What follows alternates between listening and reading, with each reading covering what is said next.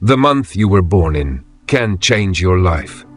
According to Carl Jung, Carl Jung's perspective on the month of your birth is not simply astrological curiosity. It's a profound exploration into how the timing of your arrival may shape your psychological development, inner archetypes, and even your destiny. In this video, we dive deep into Jung's theories to understand how the symbolic significance of your birth month can impact your personality, your path, and the very way you experience reality. While mainstream psychology often focuses on observable behavior and cognitive processes, Jung took a different route. He believed that individual consciousness is merely the tip of the psychological iceberg. Beneath it lies a vast shared dimension of the psyche, the collective unconscious. The collective unconscious, in Jung's view, is composed of primordial images and instinctual patterns passed down through generations. These are not learned behaviors, but universal blueprints embedded in the human psyche, what Jung famously called archetypes. They are timeless, symbolic forces that shape our deepest instincts and internal narratives, surfacing in myths, dreams, art, religion, and life patterns across all cultures. Jung believed that these archetypes are the foundational structures of the human psyche. They help us grapple with life's fundamental questions: identity, purpose, transformation, and death. These figures include universally recognized forms such as the mother, the father, the hero, the shadow, the wounded healer, and others. When activated within us, they profoundly influence our behavior, choices, and inner evolution, often without our conscious awareness. For example, the mother archetype represents care, nurturance, and unconditional love, while the father archetype symbolizes authority, structure, and protection. The wounded healer reflects our ability to transform personal pain into compassion for others. The hero stands for courage, sacrifice, and the will to transcend. These forces not only influence our personal mythology, they guide us toward individuation, the process of becoming whole. Jung noted that different individuals resonate more strongly with certain archetypes based on their life circumstances, inner development, and perhaps, symbolically, the time of their birth. If a particular archetype dominates a person's psyche, it can shape their outlook, values, and the kind of experiences they attract in life. While some of these influences might appear mystical or abstract, they offer practical insights. For example, someone who unconsciously identifies with the hero archetype might be driven toward challenges, risks, and self-proving behaviors. Understanding this influence can illuminate patterns that were previously obscure, giving people the tools to live more consciously rather than being pulled by invisible forces. This brings us to Jung's view on astrology and the symbolic significance of the zodiac. Jung didn't claim that the stars themselves determine our fate, but he was open to the idea that celestial patterns reflect inner psychic processes. In his words, astrology represented the summation of all the psychological knowledge of antiquity. It offers a symbolic map of the psyche and can be used as a mirror, not a predictor, to understand unconscious patterns and personality tendencies. Astrological systems like the zodiac have existed across civilizations, from Mesopotamia and ancient Greece to India and China. Each of the 12 signs represents not just a calendar segment, but a mythological and psychological theme. Aries, for instance, is associated with initiation, courage, and impulsive leadership. Taurus symbolizes patience, groundedness, and persistence. Cancer is linked to emotional depth and home-rootedness, while Leo exudes pride, passion, and the need for recognition. These themes are more than poetic associations. From a psychological point of view, they offer symbolic entry points into understanding behavioral tendencies and internal dynamics.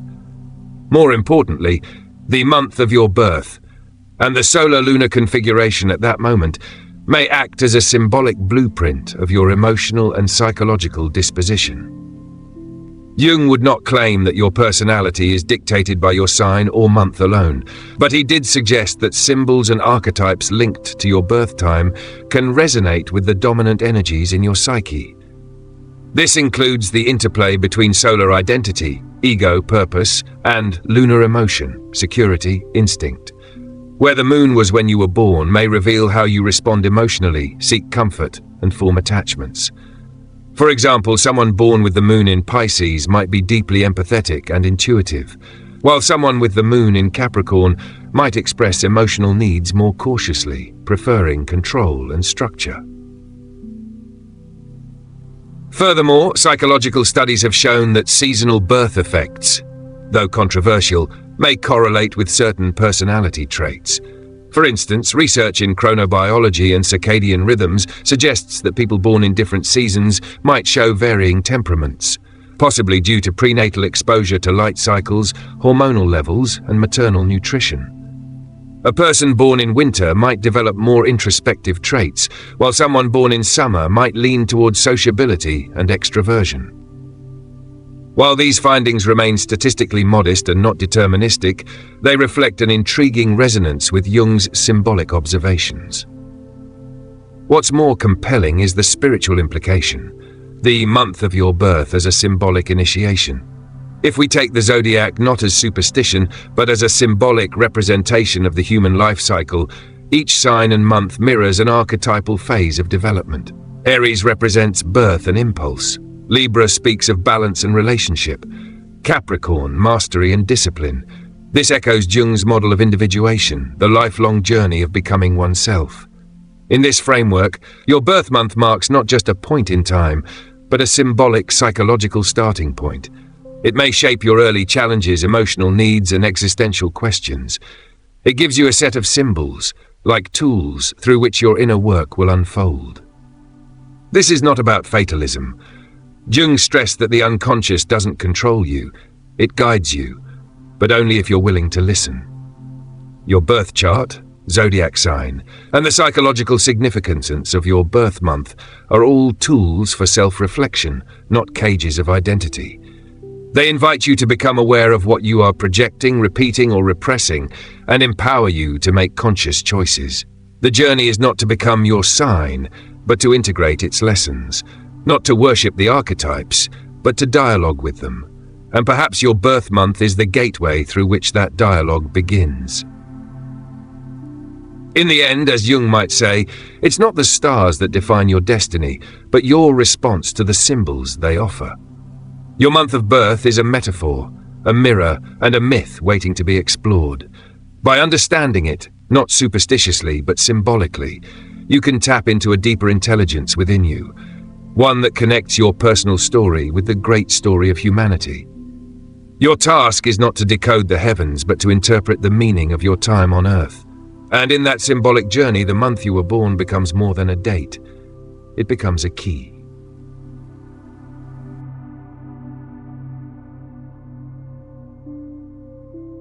Carl Jung believed that the moon holds a profound and formative influence over the inner landscape of the human psyche. It plays a pivotal role in shaping our unconscious mind and emotional structure.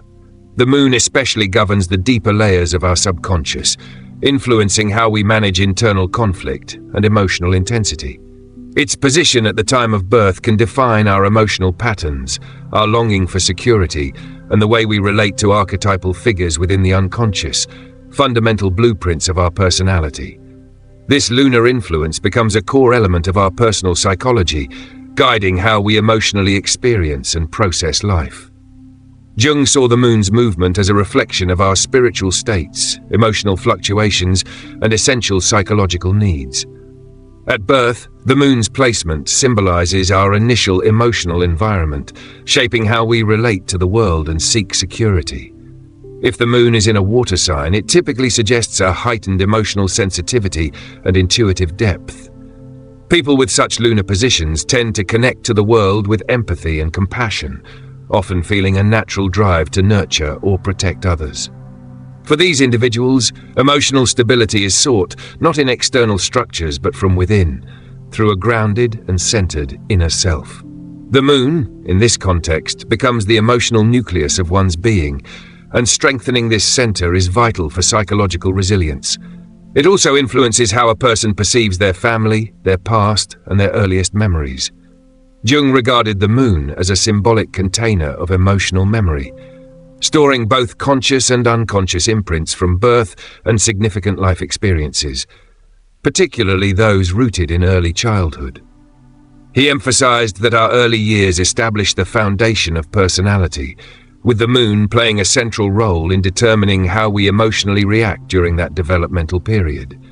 For instance, someone born with the moon in Leo may seek love through expressions of pride, recognition, and a desire to feel admired and valued. Lunar influence shapes how we pursue emotional connection and security in relationships, often guiding how we search for fulfillment in the outer world. It defines our intuitive and emotional strengths and reveals how we cope with inner turbulence. The moon's symbolic link to the mother figure and to one's emotional sanctuary makes it a key to understanding our deeper psychological makeup. This lunar connection allows for conscious transformation and healing through emotional insight. It can become a guide through the shadowy corridors of the unconscious, offering a pathway toward inner power and clarity. Jung's concept of the collective unconscious offers a broader dimension to the moon's significance. Beyond our personal experiences lies a shared psychic layer, a universal reservoir of human history encoded through archetypes, myths, and symbols. These archetypes, embedded deeply within the collective psyche, are not shaped by individual memory, but by the shared human story. According to Jung, these symbolic patterns form a spiritual scaffolding that influences human growth across generations. The moon activates these timeless forces, bridging our personal psychology with the ancestral mythological currents of our species. Across cultures and throughout history, the moon has symbolized emotional cycles, feminine energy, and the depths of the unconscious. Its phases represent the rhythm of change, reflection, and rebirth. The shadows it illuminates are aspects of ourselves we have suppressed or rejected. Jung believed that when we allow lunar light to touch these hidden places, we engage in a meaningful process of inner transformation. Through this, we integrate the disowned parts of ourselves and heal. The moon, in its symbolic capacity, reveals when key moments of change, spiritual breakthroughs, or emotional initiations are likely to occur. Those more attuned to its rhythms often experience profound self-realizations and accelerated inner growth. The moon's influence acts as a guide through inner cycles, inviting deeper alignment with the unconscious and facilitating evolution through symbolic resonance. As Jung described, we do not build our conscious lives in isolation. We constantly interact with archetypal forces embedded within the collective unconscious, and the moon is one of the primary channels through which these forces emerge. Its impact is both intimate and universal, individual and cultural. The moon influences not just the psyche of a person, but also social and cultural dynamics, as it draws archetypal energies into manifestation. The moon serves as a luminous mirror reflecting our emotional security, the hidden dimensions of our psyche, and the transformative journeys we must undergo. Through its archetypal role in the collective unconscious, it becomes a powerful symbol for both personal and collective change. Nowhere is this influence more personal than in the month we are born. Jung viewed the birth month, along with the moon's position at that time, as a key determinant in one's psychological blueprint. It reveals not only our personality traits and emotional patterns, but also the larger spiritual themes of our life journey. The month of birth in Jungian terms is not merely a chronological marker.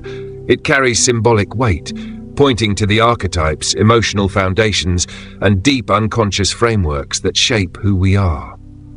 The position of the moon at birth is seen as a unique expression of the collective unconscious, manifesting in personal terms. This placement can disclose the individual's innate temperament, their style of emotional expression, and the kinds of transformational processes they are likely to undergo. The moon, acting as the emotional center of our inner world, reflects how we seek safety, how we handle emotional vulnerability, and how we relate to our inner shadows. In Jung's view, it becomes a spiritual navigator, one that leads us inward toward the core of our unconscious being. The birth month and lunar placement together highlight the inner transitions and pivotal emotional challenges we are meant to face in this lifetime. These inner experiences are often mirrored by archetypal patterns and symbols associated with our birth. For example, someone with the moon in Taurus may find comfort in stability, routine, and tangible forms of security.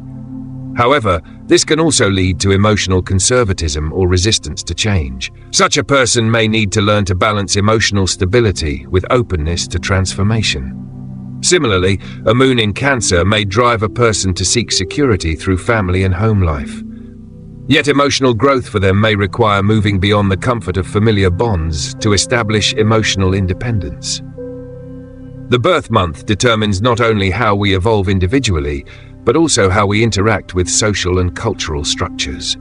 Because the moon is connected to emotional needs and nurturance, it also influences how we relate to the collective, how we internalize cultural values, respond to societal expectations, and express ourselves in a communal context.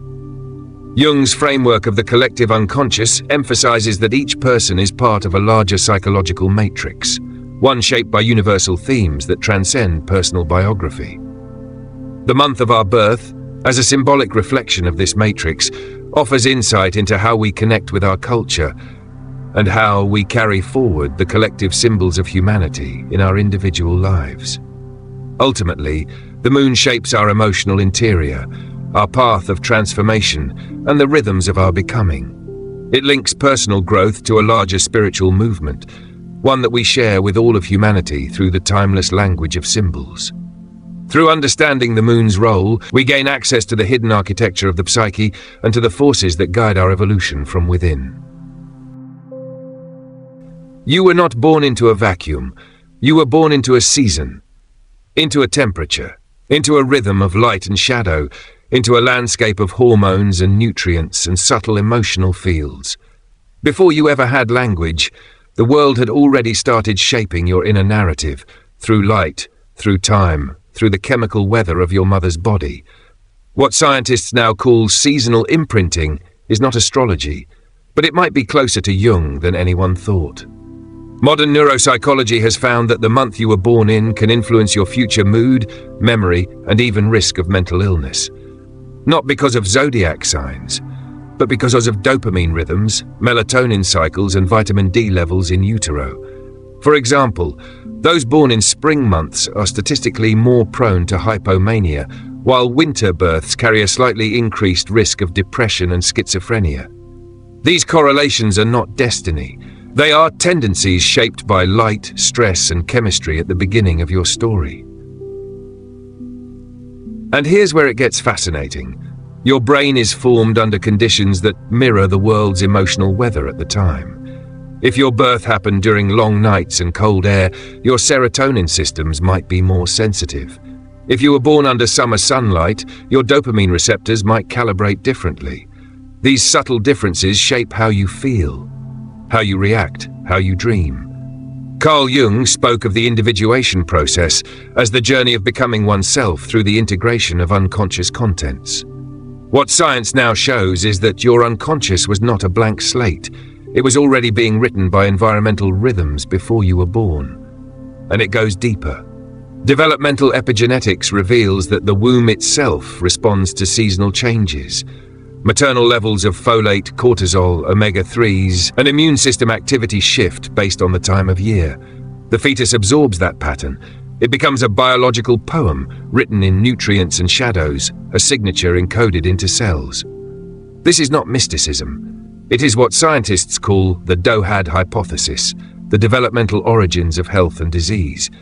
It suggests that your future stress response, metabolic patterns, and even emotional regulation were shaped by early cues, like a code embedded in your tissues. That code can be interpreted symbolically.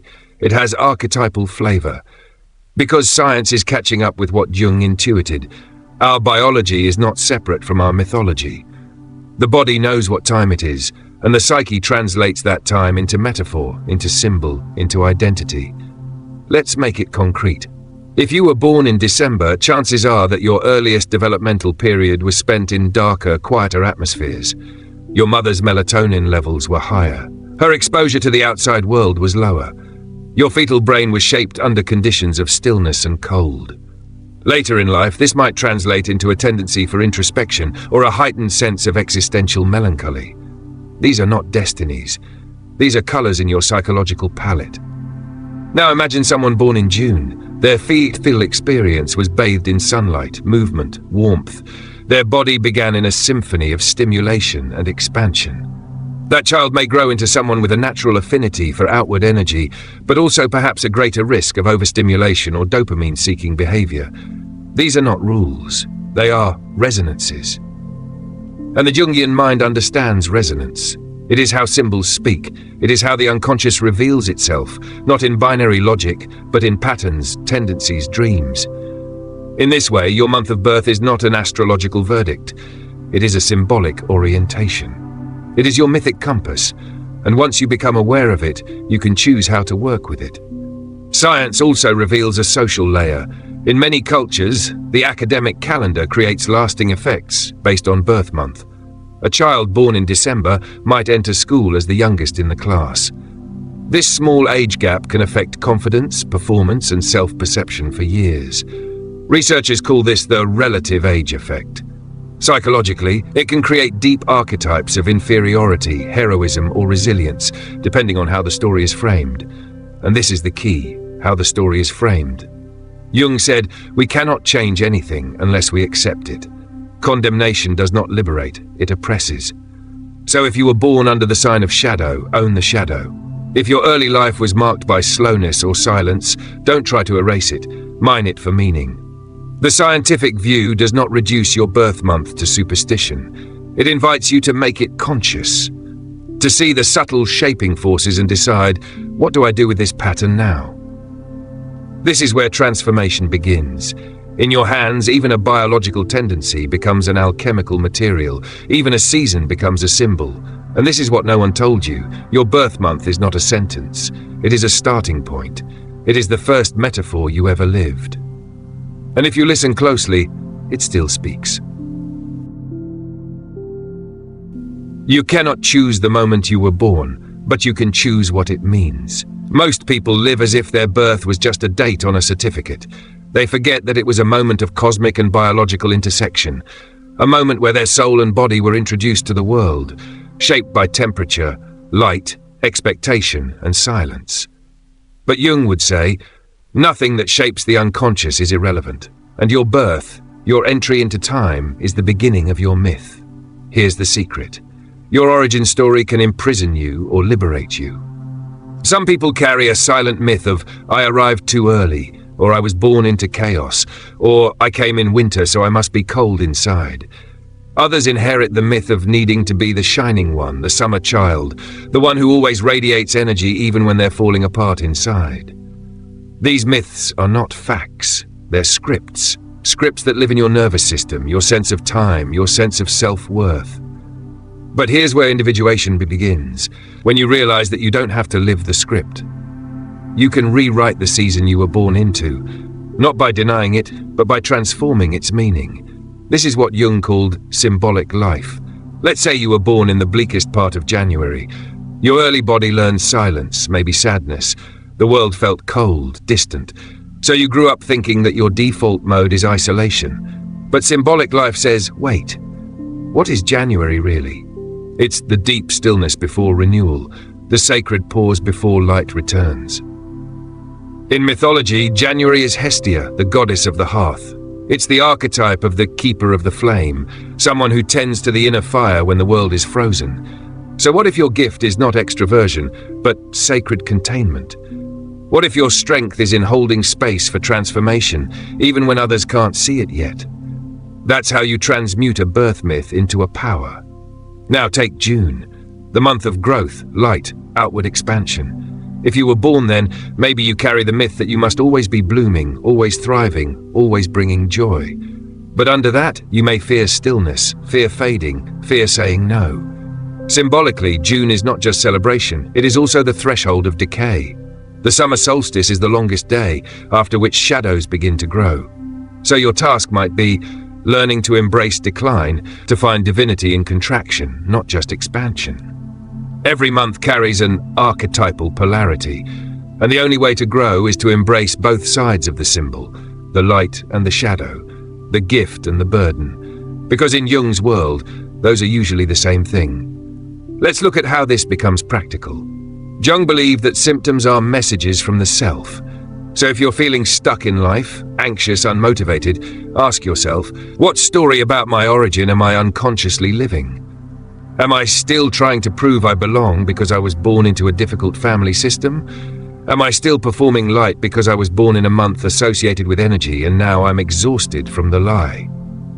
To rewrite your birth myth, you must first name it, then symbolically reverse the script, not to reject it, but to complete it. Here's how. 1. Identify the archetype of your month. Look at your birth month not as a horoscope, but as a season of the psyche. What qualities does that time of year evoke in nature, in myth, in you? What were you expected to embody? 2. Name the inherited story. What did the world or your family expect of you because of the conditions of your birth? What roles did you silently accept? 3. Uncover the repressed polarity. What part of your nature have you disowned to stay loyal to that story? If you were always the bright one, have you suppressed your grief? If you were born into cold, have you disowned your fire? 4. Reclaim the shadow gift. Reimagine your month as an archetype that contains both life and death, movement and stillness.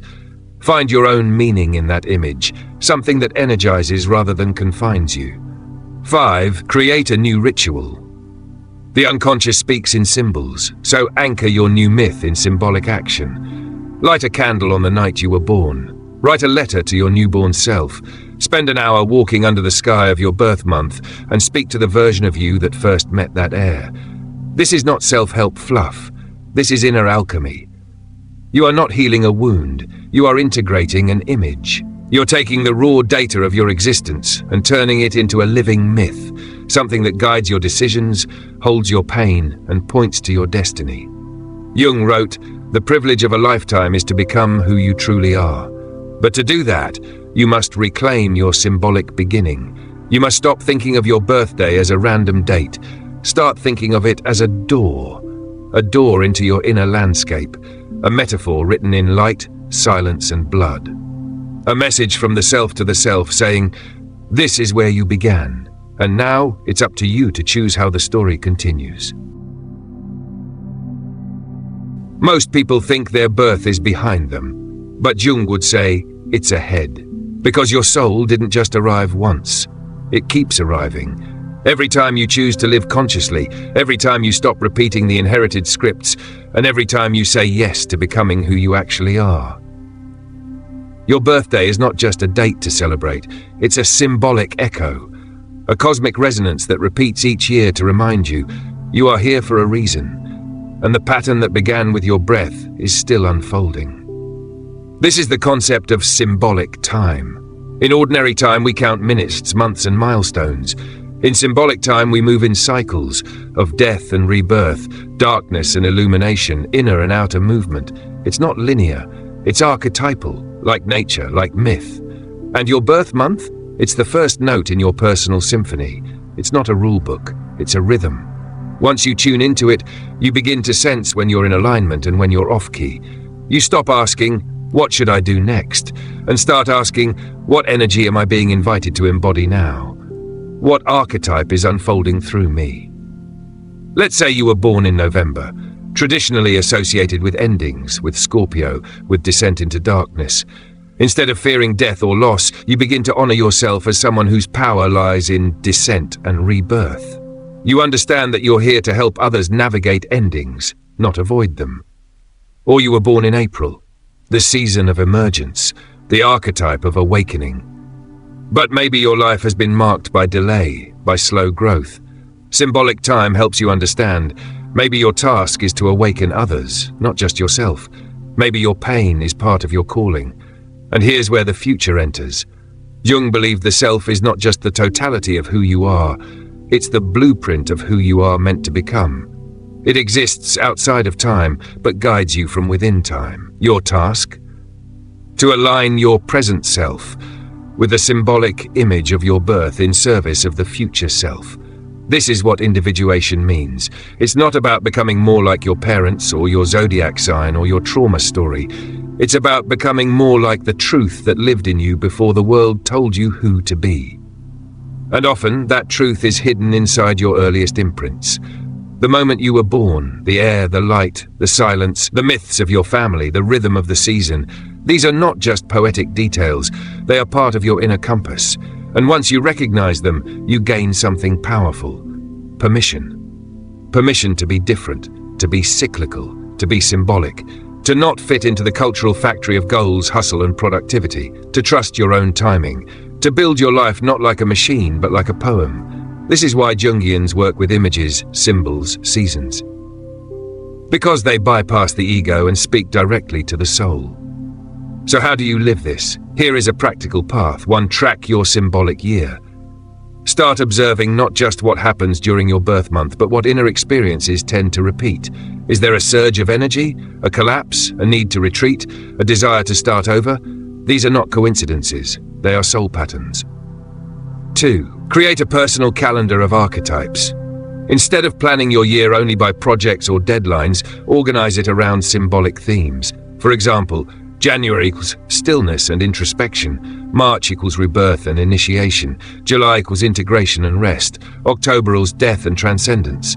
This doesn't replace your calendar, it adds a deeper layer to it. 3. Celebrate your symbolic birthday. Not just with a party, but with ritual. Take time to reflect on your growth, your shadow, and the archetype you're becoming. Speak to your future self. Set an intention not for what you want, but for what you're willing to transform into. 4. Teach others to see themselves symbolically. The world doesn't need more optimized people. It needs more symbolically awake ones.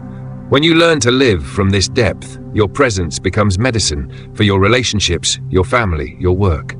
5. Stay in dialogue with the mystery. Your birth is a question. Your life is the answer. Stay curious, stay humble, and remember, the soul doesn't measure your worth by success, but by depth. Jung once wrote, "Who looks outside dreams, who looks inside awakens." But we'll add one more line. Who looks back symbolically walks forward consciously. Your birth month is not your destiny, but it is your doorway. Walk through it, eyes open, heart ready, and become the future you were born to serve.